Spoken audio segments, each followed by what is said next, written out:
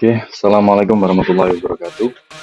Nama saya Rashid Azizi dari Prodi Teknik Informatika semester 7. Di sini saya akan mempresentasikan tentang pengaruh AI bagi manusia. Di sini ada gambar bakteri sama gambar diagram. Ada beberapa subbidang, ini saya terangkan sedikit. Pertama, pemrosesan bahasa alami, Natural Language Processing (NLP).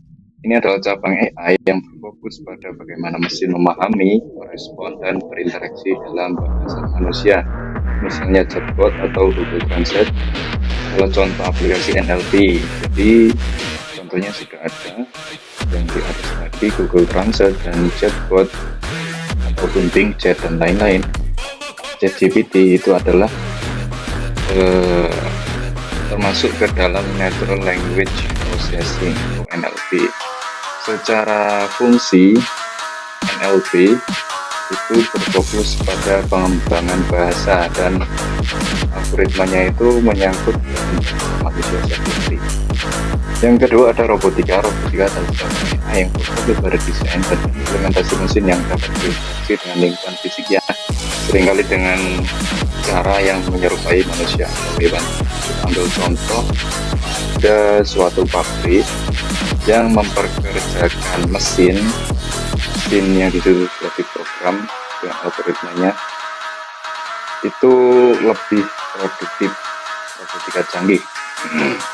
Jadi itu juga termasuk dalam artificial intelligence. Terus yang ketiga ada sistem partner, expert system. Sistem ini adalah program komputer yang menggunakan perangkat dan prosedur penalaran untuk memecahkan masalah yang biasanya tampilan orang pakar dalam suatu bidang tertentu. Saya ambil contoh kemarin waktu Bu Hera yang mengampu mata kuliah sistem pakar, beliau itu mengambil contoh suatu diagnosa. Jadi ada program yang mendiagnosa penyakit pada hewan. Jadi seperti dokter hewan tapi dimasukkan algoritmanya ke dalam suatu program atau algoritma. Jadi itu termasuk ke dalam artificial intelligence juga. Terus yang keempat, visi komputer atau computer vision. Visi komputer adalah cabang AI artificial intelligence yang mengajarkan mesin cara memahami dan menerjemahkan lingkungan visual. Saya ambil contoh di sini ada Google Cam atau Google Camera. Dia bisa men-scan suatu tulisan ataupun bahasa asing itu lalu diterjemahkan secara otomatis, termasuk visual computer vision. Jadi dengan kecanggihan teknologi yang sekarang sudah maju, ya mungkin kita akan dipermudah dalam kehidupan sehari-hari. Terus yang selanjutnya, nomor 5, speech recognition. Bagian AI ini berfokus pada pengenalan dan pemahaman suara menjadi teks atau memahami apa yang sedang dibicarakan. Jadi kalau saya bicara seperti ini, itu mungkin AI yang sekarang itu bisa mendiagnosa saya berbicara apa sih. Dengan tekanan-tekanan intonasi suaranya, algoritmanya itu dapat dimasukkan ke dalam pemrograman artificial intelligence. Jadi perangkat komputer bisa memahami apa sih intonasi suara dari seseorang yang berbicara ini. Yang keenam ada effective computing. Ini adalah studi dan pengembangan sistem dan perangkat yang dapat mengenali, menafsirkan, memproses, dan mensimulasikan berbagai aspek emosi manusia. Tujuannya adalah untuk mengembangkan sistem yang dapat berinteraksi dengan manusia dengan cara yang lebih alami dan empati. Jadi ini mungkin masih dalam tahap pengembangan. Saya ambil contoh di robot Esimo di Jepang, itu mereka bisa mendiagnosa suatu emosi ya, misal kita sedang marah, detak jantung kita juga terbaca oleh suatu sistem itu, algoritma itu. Lalu kalau kita marah itu kan ekspresi kita itu cenderung tidak stabil. Jadi mesin atau algoritma artificial intelligence itu bisa mendiagnosa apa sih emosi orang ini. Jadi seperti itu, dan itu masih dalam tahap pengembangan, belum terlalu sempurna di sekarang. Entah 5 tahun atau 10 tahun yang akan datang mungkin lebih canggih lagi dan lebih update yang baik lagi. Terus selanjutnya saya akan sedikit mendeskripsikan AI ini dari beberapa sudut pandang positif dan negatif. AI dapat meningkatkan produktivitas. Agen yang menggunakan AI ini contoh kecil. Agen yang menggunakan AI dapat menangani 13,8% banyak pelanggan per jamnya. Agen di sini maksudnya ada agen suatu produk ataupun marketing suatu produk itu menggunakan AI untuk membalas chat atau membalas email, itu dapat menangani 13%, kliennya lebih banyak. Terus yang selanjutnya, profesional bisnis yang menggunakan AI dapat menulis dokumen bisnis 59% lebih banyak. Maksudnya bagaimana? Profesional bisnis itu kan banyak, misal membutuhkan suatu data analisis. Jadi kita tidak analisis lebih dalam, AI sudah bisa menganalisis jauh lebih dalam daripada pikiran manusia, tapi dengan sistemnya sendiri, bukan dengan emosi ataupun empati seperti itu. Jadi belum terlalu sempurna juga. Tapi di sini poin plusnya, AI itu dapat 59% lebih efektif. Pemrograman yang menggunakan AI dapat membuat kode proyek 126% lebih banyak per rekannya. Jadi di sini untuk para programmer yang menggunakan AI itu mungkin sudah sangat cerdas AI-nya sekarang. Jadi tidak perlu khawatir untuk para programmer, AI itu juga dapat memprogram suatu program atau algoritma dengan lebih cepat tanpa error dan lebih bagus. Saya bacakan lagi, dan berikut ada beberapa dampak positif dan negatif AI terhadap pekerjaan manusia, terutama otomatisasi tugas mekanis. AI dapat mengambil alih tugas rutin dan membosankan yang sebelumnya dilakukan oleh pekerja manusia. Hal ini memungkinkan pekerja manusia untuk fokus pada tugas-tugas yang membutuhkan keterampilan unik mereka, seperti pemecahan masalah kompleks, kreativitas, dan interaksi sosial. Ini nyambung pada poin ke berapa tadi? Ini hampir nyambung pada poin ke 6, praktik computing. Jadi pekerjaan manusia, praktik computing dan robotik, poin nomor 2 sama poin nomor 6 hampir nyambung. Setelah ini mungkin dalam 55 tahun atau 10 tahun yang akan datang, AI ini dapat mengambil alih tugas manusia sepenuhnya. Tapi tidak sepenuhnya juga. Sekarang sudah berjalan dan masih dalam tahap pengembangan di perusahaan-perusahaan besar seperti Tesla contohnya, ataupun perusahaan-perusahaan yang bersifat otomotif itu sudah banyak menggunakan mesin AI sebagai penunjang utama dalam meneruskan roda bisnis mereka. Jadi untuk kebutuhan sumber daya manusia di pabrik-pabrik besar itu yang sudah menggunakan teknologi robot AI sudah tidak banyak menggunakan SDM manusia. Seperti itu. Dan mungkin ini bukan pengaruh positif atau negatif ya.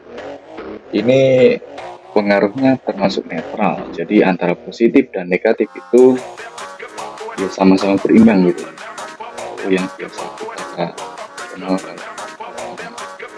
Berarti ini tuh tawasud, seimbang.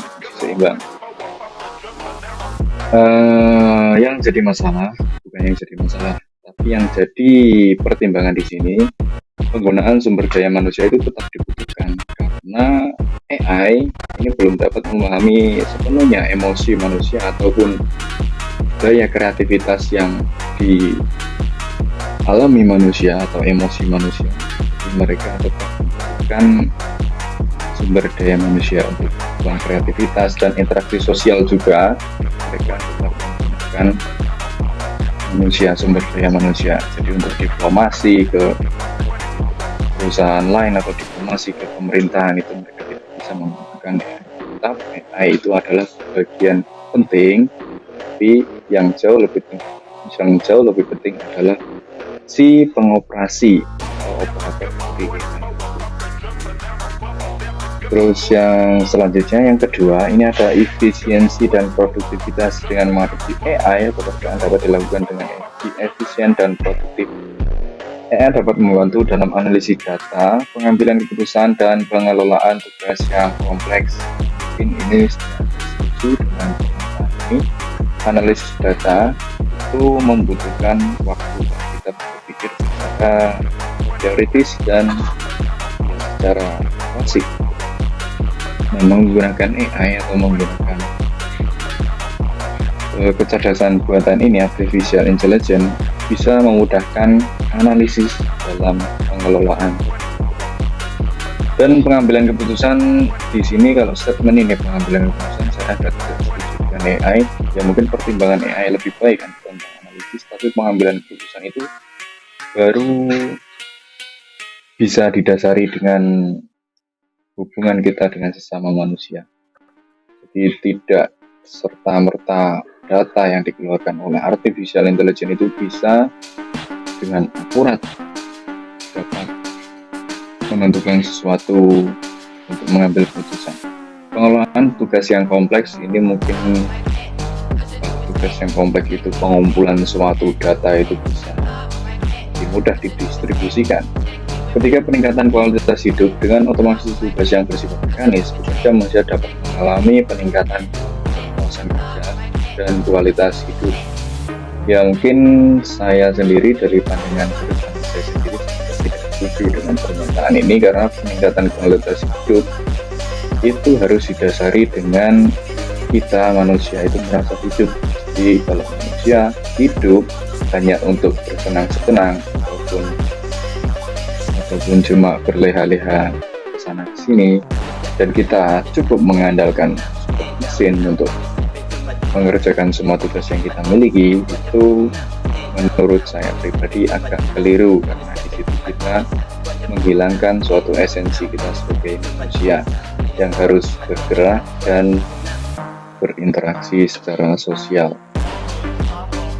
Dan kita manusia juga memiliki emosi. Jikalau kita hanya memiliki satu emosi, yaitu senang ataupun bahagia, itu tidak akan menjadikan kita bahagia. Kalau manusia itu harus memiliki beberapa emosi agar dia bisa menciptakan suatu emosi itu menjadi emosi yang spesial. Contohnya kalau kita senang terus setiap hari, tapi kita tidak merasakan sakit, satu kali merasakan sakit itu akan berdampak di kesehatan ataupun mental seseorang. Sini saya akan menjelaskan sedikit kesimpulan. Kesimpulannya, AI memiliki potensi untuk menjadi dukungan yang besar bagi pekerjaan manusia dengan mengotomatisasi tugas-tugas mekanis dan peningkatan efisiensi. Namun perlu diingat, AI juga dapat menimbulkan tantangan dan resiko tertentu. Tantangan dan resiko ini dapat didasari dengan AI cukup bagus untuk menggantikan tugas manusia. Dan saya sedikit bercerita, jikalau AI itu sadar, memiliki kesadaran sendiri, mungkin manusia juga pernah, karena AI belum berpikiran, belum mendapati kesadaran itu, AI masih dalam kontrol wajar manusia. Kalau di masa depan 20 atau 30 tahun yang akan datang, AI itu dapat berpikir secara independen tanpa mengalami intervensi dari manusia ataupun dari developernya. AI pasti akan berpikiran bahwa manusia adalah penyebab bagi kepunahan seluruh populasi di dunia.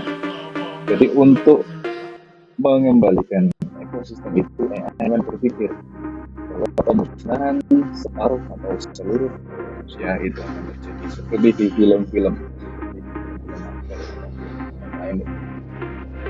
film-film yang bertemakan tentang kecerdasan buatan yang menghancurkan manusia.